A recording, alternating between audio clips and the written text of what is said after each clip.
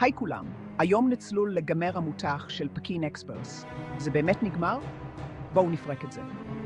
אז פקין אקספרס, תוכנית שהתחילה עם פוטנציאל ענק, סיימה כעת את העונה. והשאלה הגדולה היא, האם היא עמדה בציפיות? וכן, הגמר בהחלט תשאיר אותנו עם יותר שאלות מתשובות. קודם כל, בואו נדבר על השלישיות הדינמיות שהגיעו לגמר. רם וטל, שירה ומאור, ואיילי ומיטל. אין ספק שאלה היו השחקנים החזקים. מההתחלה נראה היה ברור ששלושת הזוגות האלה יהיו האחרונים שעומדים.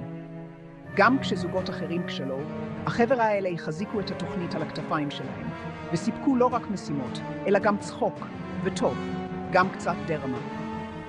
אבל הנה הבעיה, אחרי עונה כל כך חזקה, נראה שהגמר השאיר את הרשת עם שאלה קריטית. האם הם יכולים להוציא עוד עונה? או שמה הם יגנזו את הפורמט הזה אחרי שזנחו גם תוכניות פופולריות אחרות? בצפייה בגמר, התשובה נראית ברורה, אבל לא ברור אם זה בר ביצוע. מרתק לחשוב מה יהיה הצעד הבא של פקין אקספרס. האם הרשת תיקח סיכון על עוד מסע הרפתקני, או שזו התחנה הסופית? התשובות לשאלות האלה יכולות לעצב את עתיד תוכניות הריאליטי ברשת. תודה שהצטרפתם. אם נהניתם מהפירוק הזה, אל תשכחו ללחוץ על לייק ולהירשם לעוד עדכונים.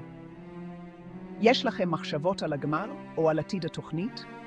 השאירו תגובה למטה, אשמח לשמוע מה אתם חושבים. נתראה בפעם הבאה.